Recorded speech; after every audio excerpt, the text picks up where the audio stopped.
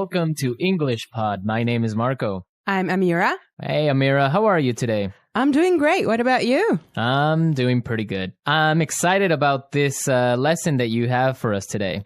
Yes, it's actually a very, very useful lesson. It's about someone asking his boss for an assistant. Oh, okay. An assistant. What's an assistant? Well, it's someone who helps you with your work around the office. Okay. Great. So let's listen to this dialogue, and when we come back, we'll take a look at all the interesting and useful vocabulary that you'll find.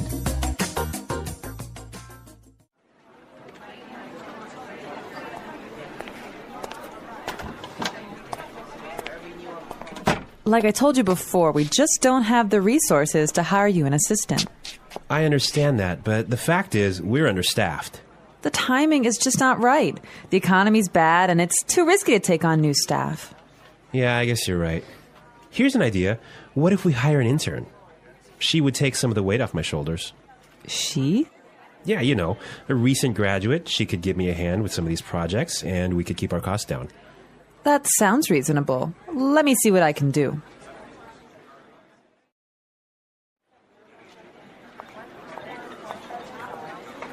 Tony, I'd like to introduce you to your new assistant. Okay, great. Let's meet her. Hi, I'm Adam. Oh, hi, I'm Tony. And we're back. Tony. He's surprised, huh? Yeah, he's, I don't know why, though, he's surprised. I think we should talk about that a little bit later. Yes, for now, let's look at some interesting vocabulary and phrases here. Marco, I know you've chosen one for us. Yeah, the first one that I want to take a look at is resources. Resources. Resources. Resources. And that means, in this text, basically money. Right. So the office doesn't have enough money. Okay. I've chosen another interesting word for you, and that's understaffed. Understaffed. Understaffed. Understaffed. Now, understaffed means that they don't have enough people working there. They don't have enough workers. Right. They don't have enough employees. Perfect. Okay. The next one is timing is just not right. The timing is just not right. The timing is just not right. The timing is just not right. Okay, let's listen to how we can use this entire phrase in a different situation so then we can understand what it means. Let's listen.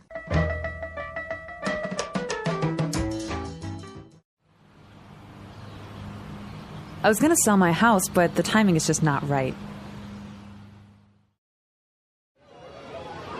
Honey, I think we should have a baby. The timing is just not right.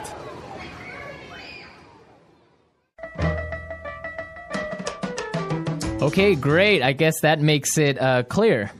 Yes, actually, it's very obvious that it means that it's just not a good time. Right. Perfect. Yeah. I have another interesting phrase for you, which is weight off my shoulders. Weight off my shoulders. Weight off my shoulders. Weight off my shoulders. So, to take weight off my shoulders is another way of saying to help me with my work or to take some of my work away from me. If you have a lot of things to do and I come and help you, that means that I took some of the weight off your shoulders. Yes. Let's look at the next phrase that we have here, and it's give me a hand. Give me a hand. Give me a hand. Give me a hand. Okay, now this is not literal. It's not that I'm going to give you somebody's hand, right? Let's listen to some examples, and then we can come back and explain what it means.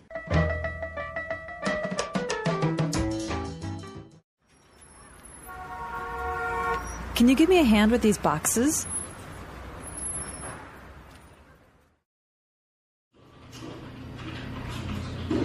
Neil, I'll need you to give me a hand with the sales reports.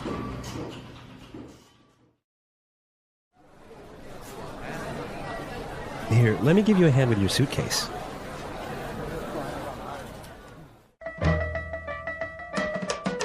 All right. Give me a hand is another way of saying help or to help out. Exactly, to help out. Right. Perfect. Now, the last phrase we're going to look at here in this dialogue is keep our costs down. Keep our costs down. Keep our costs down. Keep our costs down. So to keep our costs down means to try and not spend so much money. Exactly. Many companies, for example, now control how much printing you do, Yes. right? To Yes. keep the cost down of paper. Yeah, so in other words, they do not want to have unnecessary spending. Perfect. Okay, I think it's time for us to listen to this dialogue one more time. But I want everyone to listen and see why Tony is surprised at the end when he meets his intern, when he meets his assistant.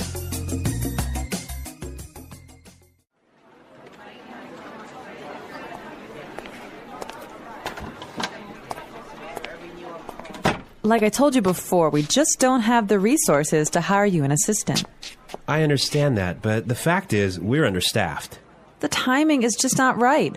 The economy's bad, and it's too risky to take on new staff. Yeah, I guess you're right. Here's an idea. What if we hire an intern? She would take some of the weight off my shoulders. She?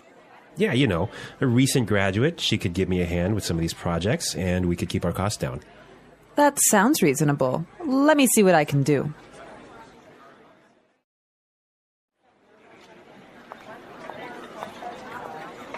Tony, I'd like to introduce you to your new assistant. Okay, great. Let's meet her. Hi, I'm Adam. Oh, hi, I'm Tony. Well, you know, Marco, I think that Tony was really surprised because he was kind of hoping to have a female intern. Yeah, I think that's exactly what he was expecting. Maybe this guy is a little bit sexist. He thought that an intern should be a girl. But instead, he got Adam. Exactly. And it looks like Adam is really big and really tall because he's got that deep voice. Right. An intern, Marco, do you want to elaborate on that? Working at a company with a very low salary or sometimes no salary at all. But what you're gaining is experience and you are learning a lot of things. Everyone who has been an intern or had an intern knows that sometimes they are not treated all that well. Sometimes they just serve coffee or they have to do paperwork. Or like photocopying things. Exactly. Yeah. But some internships are really, really cool and some are really good experiences for learning. Yes, definitely. Actually, I know a friend of mine. She used to work as an intern in one of those really big companies, and she told me that she has gained so much experience doing that. Yeah, I mean, even if you don't get paid, the experience that you get is really good. And that just opens doors for maybe getting another job. Or sometimes the interns get hired by the company to stay because they do such a good job. Yeah, I think that's mostly the case, huh? Yeah, that happened to me once. I started working as an intern, and after 3 months, I was hired by the company. So it does happen, believe me. So you did a good job. Yeah, of course. All right, folks, we're out of time today. I hope that you enjoyed our lesson. Asking for assistance. When people need help, they ask for assistance. This can happen in many situations. You might ask for help when you are lost, when you cannot carry something heavy, or when you do not understand something. It is important to know how to ask for help politely and clearly. When you need assistance, you can start by saying, "Excuse me," or "Can you help me, please?" This shows that you are polite. People are usually happy to help when you ask nicely.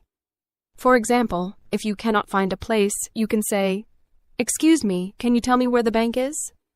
If you need help carrying a bag, you can say, "Can you help me carry this bag, please?" When someone helps you, it is important to say thank you or I appreciate it. This shows that you are grateful. If you need help but do not know how to ask, it can feel difficult. Learning simple phrases can make it easier. For example, "I need help with this," or "Can you help me, please?" are useful sentences. Remember, Asking for assistance is normal, and people often help each other in daily life. When asking for assistance, it is important to know different ways to express your needs. Sometimes, you may need help in a public place, like a store, a train station, or a hospital. In these situations, using polite language is very important. People are more likely to help you if you ask in a kind and respectful way. You can start your request by using phrases like, "Excuse me," "I'm sorry to bother you," or "Could you help me, please?" These phrases are polite and make the person you are asking feel respected. For example, if you are in a store and cannot find an item, you can say, "Excuse me, could you help me find the bread?" If you are at a train station and are unsure which train to take, you could ask, "I'm sorry to bother you, but could you tell me which train goes to the city center?" These polite phrases make your request clear and respectful. In some situations, you may need to give more information when you ask for assistance. Being clear and specific helps the other person understand your problem. For example, if your phone is not working, you could say, "Excuse me, my phone is not working. Can you help me?" If you do not know how to use a machine, you can say, "Could you please show me how to use this machine?" Giving clear details about your problem makes it easier for people to help you. If you are not sure how to explain your problem, you can start by saying, "I have a problem," or "I need some help." These simple phrases show that you need assistance and encourage others to listen. When asking for help, it is also helpful to pay attention to the situation. If someone looks busy, it is better to wait or find someone else to ask. For example, if you are in a store and a worker is helping another customer, you can wait until they finish. When they are free, you can say, "Excuse me, can I ask for your help?" This shows that you are patient and respectful of their time. If you are in a hurry and need help quickly, you can say, "I'm sorry to bother you, but it's urgent. Can you help me, please?" This helps the other person understand that you need help right away. In addition to using polite language, your tone of voice and body language are also important. When asking for help, try to speak clearly and use a calm voice. If you speak too quietly, the person may not hear you. If you speak too quickly, they may not understand you.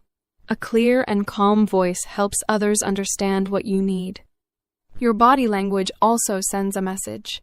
If you smile and make eye contact, you show that you are friendly and polite. If you look angry or impatient, the other person may not want to help you. Being polite with both your words and actions makes it easier for others to respond positively to your request. Sometimes people may not be able to help you, and that is okay. If someone says, "I'm sorry, I can't help you," you can thank them anyway by saying, "Thank you for your time." It is also a good idea to try asking someone else. For example, if you ask a stranger for directions and they do not know, you can politely ask another person. Being patient and polite increases your chances of getting the help you need. If you are in a place with many workers, like a store or a hospital, it is usually easy to find someone else who can assist you. When you receive help, always remember to show gratitude. Saying thank you or "I really appreciate it" shows that you value the other person's kindness. If someone gives you detailed help, you can say, "Thank you so much for your help," or "I really appreciate your assistance." If the help was quick but useful, you can simply say, "Thanks a lot." Being thankful encourages people to continue helping others. It also leaves a good impression and shows that you are polite and respectful. Asking for assistance is a useful skill in daily life. Whether you need help finding a location, understanding instructions, or solving a problem, knowing how to ask politely and clearly makes communication easier. It also helps you build better relationships with people around you. By using polite phrases, giving clear details, being patient, and showing gratitude, you can ask for assistance in a respectful and effective way. When asking for assistance, it is important to understand that different situations may require different ways of requesting help. In everyday life, you might need help in various places, such as a supermarket, a bus stop, a school, or even on the street. Knowing how to ask for assistance in different situations makes you feel more confident and helps you communicate effectively. It is also important to recognize that the way you ask for help may change depending on who you are speaking to. For example, when asking a stranger for help, you may want to be more formal and polite. When asking a friend or family member, you can be more casual and relaxed. Understanding these differences will help you navigate different social situations more easily. When you ask for help from someone you do not know, it is best to use formal and polite language. Starting with phrases like, "Excuse me," "I'm sorry to bother you," or "Could you help me, please?" shows respect and makes the person more willing to assist you. For instance, if you are in a supermarket and cannot find a product, you could ask an employee, "Excuse me, could you please tell me where the milk is?" If you are lost in a new city, you might stop someone on the street and say, "I'm sorry to bother you, but could you help me find the train station?" These polite expressions make your request sound kind and respectful, which increases the chances that the other person will be happy to help. When you are asking for help from someone you know, you can use more casual and simple phrases. For example, if you are at home and need help moving a heavy box, you can say to a family member, "Hey, can you help me with this box?" If you are working on homework and have a question, you might ask a friend, "Can you explain this to me?" In these familiar situations, it is not always necessary to be very formal, but it is still important to be polite. Adding words like "please" and "thanks" makes your request friendlier and shows that you appreciate their help. For example, you could say, "Can you help me with this, please?" Or after receiving help, "Thanks a lot for your help." Sometimes, you may need to ask for help in situations where people are very busy, such as in a hospital, at a busy store, or in a crowded place. In these cases, it is especially important to be clear and direct while still being polite. If you are in a hospital and need help finding a doctor's office, you could say to a staff member, "Excuse me, I need to find Dr. Smith's office. Can you help me, please?" If you are at a busy restaurant and need assistance, you could say to a waiter, "I'm sorry to bother you, but could I get some water, please?" Being clear and polite helps the other person understand your needs quickly, even when they are busy. In some situations, you might need to ask for help in an emergency. When there is an emergency, it is important to speak clearly and quickly so that others understand the seriousness of the situation. For example, if someone is hurt, you can say, "Help. Someone is injured. Please call an ambulance." If you see a fire, you might say, "There's a fire. Please call the fire department." In emergencies, people understand that you must speak directly and urgently, so it is okay to be less formal. However, it is still helpful to speak clearly and loudly so that others understand and respond quickly. When you ask for assistance, it is also helpful to use gestures or body language to make your request clearer. For example, if you are asking for directions, you might point to a map or a street to show where you want to go. If you need help lifting something heavy, you could gesture toward the object to show what you need help with.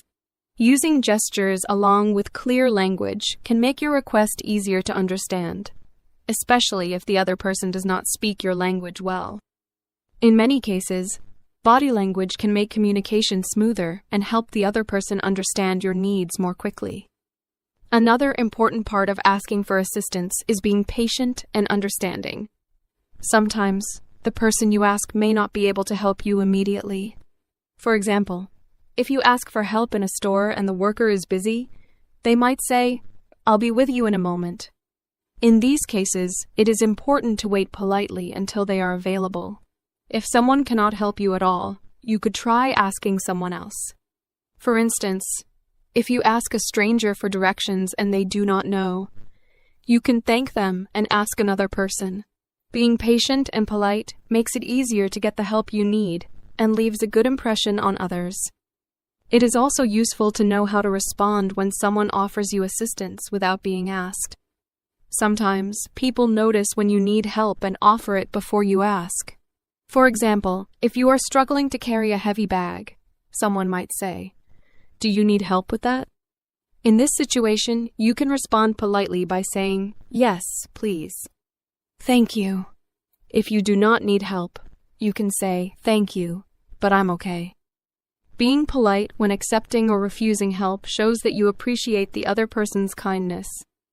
Learning how to ask for assistance in different situations is a valuable skill.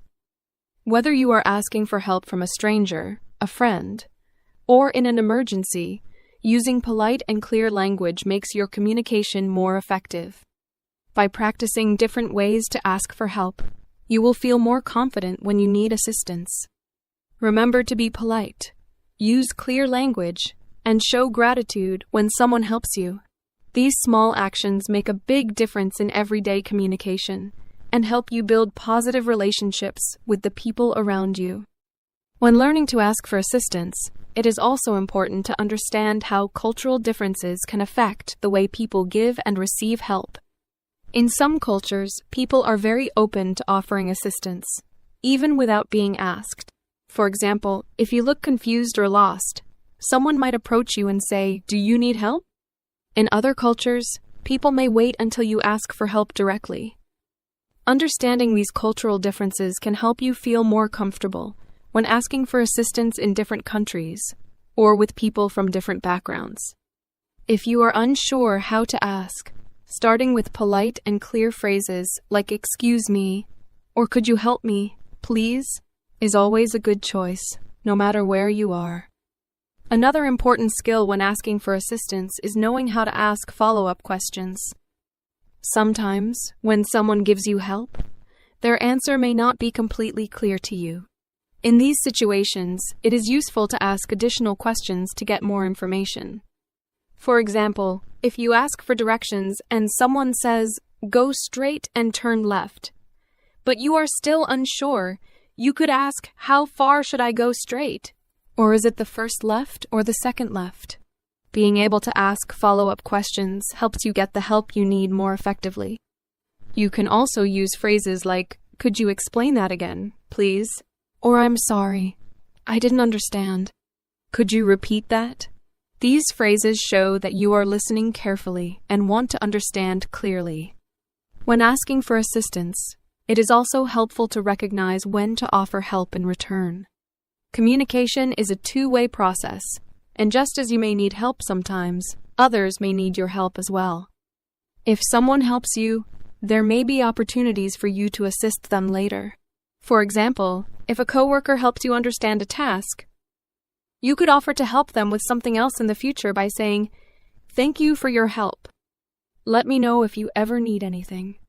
Offering help in return shows kindness and builds positive relationships with others. Even if you cannot directly repay someone, a sincere "thank you so much for your help" shows that you value their time and effort.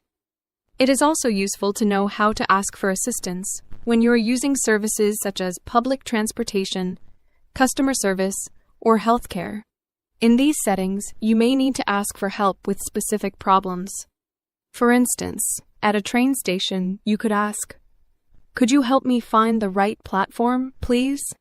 When speaking to customer service, you might say, "I have a problem with my order. Could you assist me?" In a doctor's office, you could ask, "Could you help me understand these instructions?" Using specific language helps people in these roles understand your problem quickly and find a solution. Additionally, being patient and respectful with service workers is especially important, as they often assist many people throughout the day. Sometimes, you may need to ask for assistance in a professional or formal setting, such as at work or school. In these environments, it is best to use polite, clear, and professional language. For example, if you do not understand a work assignment, you could ask your manager, "Could you clarify the instructions for this task, please?" If you are a student and need help with an assignment, you could say to your teacher, "I'm having difficulty with this question. Could you explain it to me, please?" Using formal language shows that you are serious and respectful. It is also helpful to show that you have already tried to solve the problem yourself before asking for help. For instance, you might say, "I have tried to solve this, but I'm still confused. Could you help me understand it better?" When asking for assistance, it is also important to be aware of how to respond if the person you ask cannot help you. Sometimes, the person may not know the answer or may be too busy to assist you. If this happens, it is polite to say, "Thank you anyway," or "I appreciate your time." You can then look for someone else who might be able to help. For example, if you ask a store employee where to find an item and they are unsure, you could say, "Thank you anyway. I'll try asking someone else." Being understanding and kind, even when someone cannot help, leaves a positive impression and makes it easier to ask for help again in the future. In some cases, you may need to ask for assistance using technology. For example, if you're using a website and have trouble, you might need to contact customer support. Many websites offer live chat, email, or phone support where you can ask for help. In these situations, it is important to describe your problem clearly and politely. You could say, "Hello. I'm having trouble logging into my account. Could you assist me, please?" If you are using a self-service kiosk at a store or a ticket machine and do not understand how it works, you could ask a nearby worker, "Excuse me, could you show me how to use this machine?" Being able to ask for assistance with technology is becoming more important as many services move online.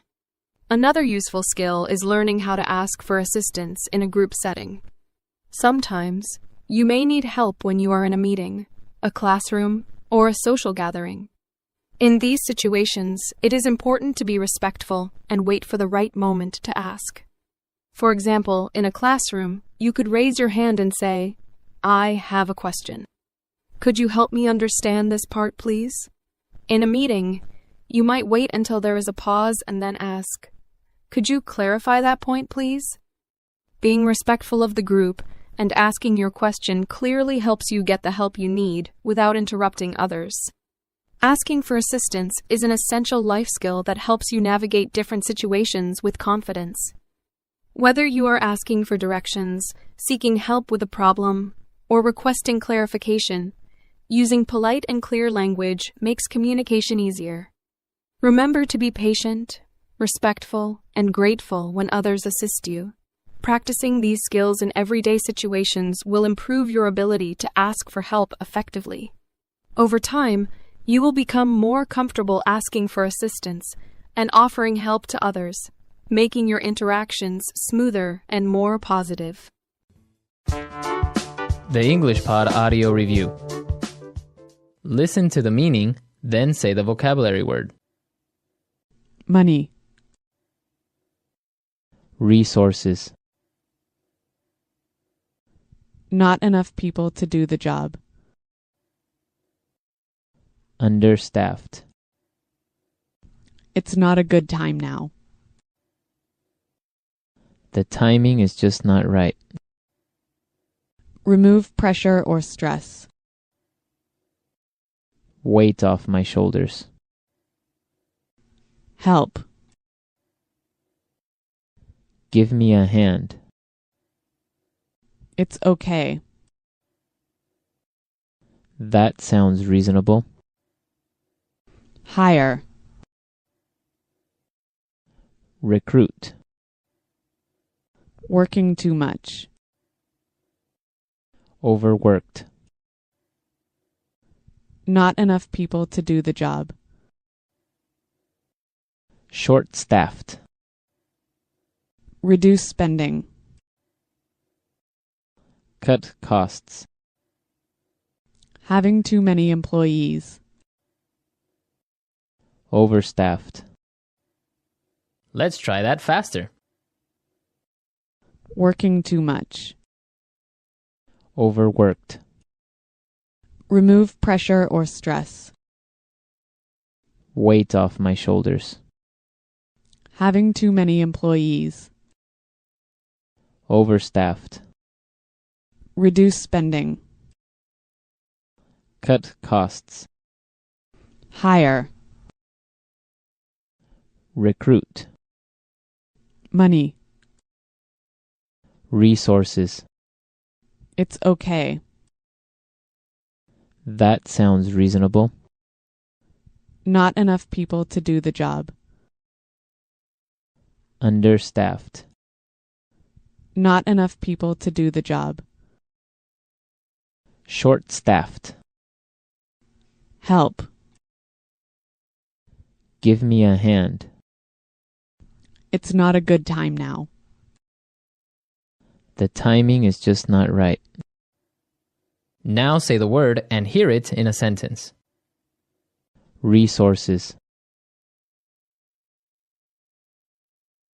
We would like to use more resources to increase our sales. Resources. We don't have enough resources to start a new project. Resources.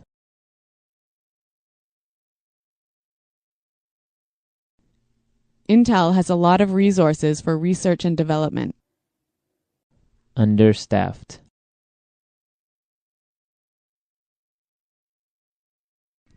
Hospitals in poor regions of Africa are understaffed.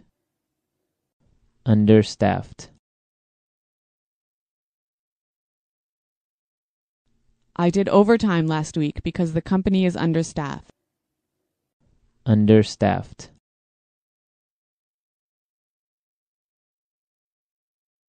The factory is producing less than usual because it's understaffed. The timing is just not right. The timing is just not right.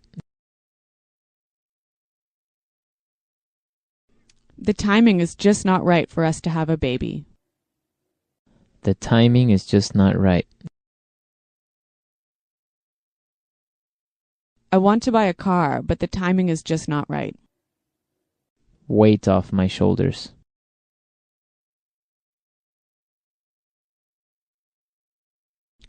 Could you help me plan the party? That would really take some of the weight off my shoulders. Weight off my shoulders.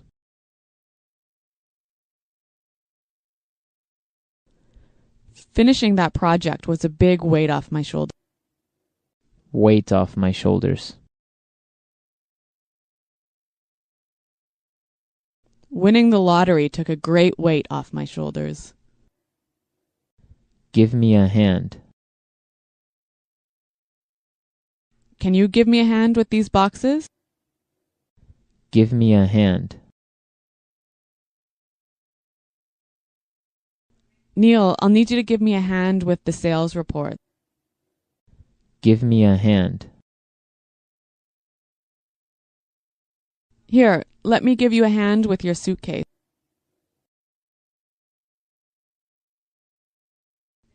Paying $30 for new shoes sounds reasonable.